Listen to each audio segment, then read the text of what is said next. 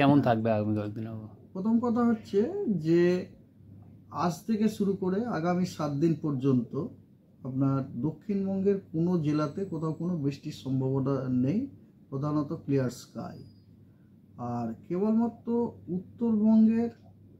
উত্তরবঙ্গের কয়েকটা জেলাতে, যেমন ধরুন দার্জিলিংয়ে 27 তারিখে দু এক জায়গায় হালকা মাঝারি বৃষ্টিপাত হওয়ার সম্ভাবনা আছে বিক্ষিপ্তভাবে।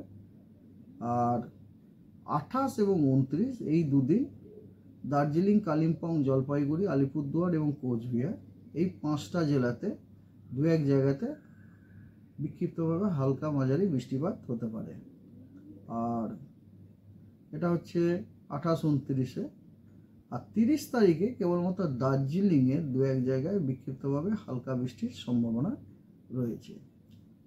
আর ওয়ার্নিং সতর্কতা হচ্ছে কেবলমাত্র 28 তারিখেই দার্জিলিং, জলপাইগুড়ি, কালিম্পং এই 3টি জেলাতে বিক্ষিপ্তভাবে দু এক জায়গায় বজ্রবিদ্যুৎ, থান্ডারস্টর্ম উইথ লাইটনিং হতে পারে। That's all. এবং ধীরে ধীরে আপনার ম্যাক্সিমাম টেম্পারেচার গ্র্যাজুয়ালি 3-4 ডিগ্রি বাড়ার সম্ভাবনা রয়েছে।